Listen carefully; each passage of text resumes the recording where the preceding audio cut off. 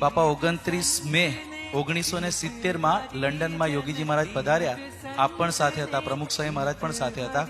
આજના દિવસે યોગીજી મહારાજ અહીંયા લંડનમાં બોલેલા કે ઘણાને યુકે જવું છે પણ એમનેમ ના જવા દે, પાસપોર્ટમાં છાપ જોઈએ, એમનેમ ના બેસવા દે.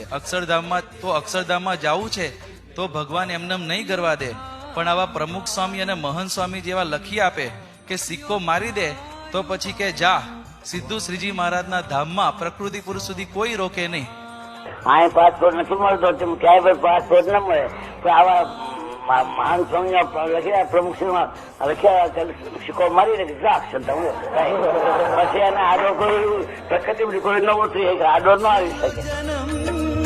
કરીને હરિના છેલ્લો જન્મ કરીને હરિના, છેલ્લો જન્મ કરીને હરિના, અક્ષરધામે જ